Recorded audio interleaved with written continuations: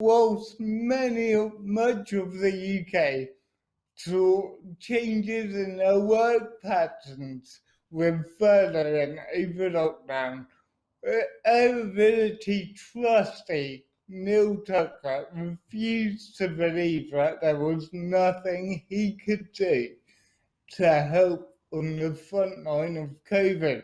And we have him here today. Hi, Neil. Hi, Harvey. How are you doing? Not bad. How are you?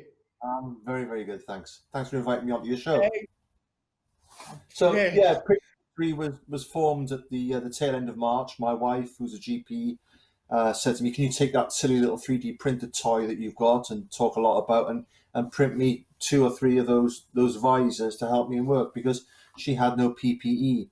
And I got really frustrated. Ex-forces, and for the first time in my life, my country goes to war, and you used the right word there, Harvey, front line.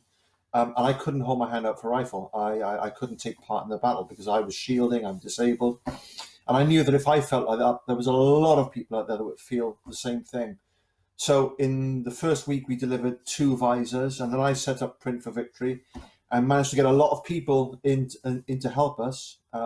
Within a couple of weeks, we had 600 printers around the UK, all making these 3D printed visor shields and giving them to the nurses, to the GPs, to the carers, and to the doctors in the local community. So it really was a community-driven thing. And by the 7th week, we'd gone from 2 visors to producing over 22,000 visors in 7 weeks. So that's 22,000 faces covered, free of charge. A lovely photo of our colleague Stuart there wearing one of the visors. 22,000 faces covered, free of charge and protected. And there's the most important one, my lovely wife, who was the first person to wear one of our visors. And I think the really key thing about this is, and what a lot of people didn't understand, was that the people who were making this all happen, making Print for Victory happen, were locked up, shielding, they were disabled, they had other reasons why they couldn't engage with society.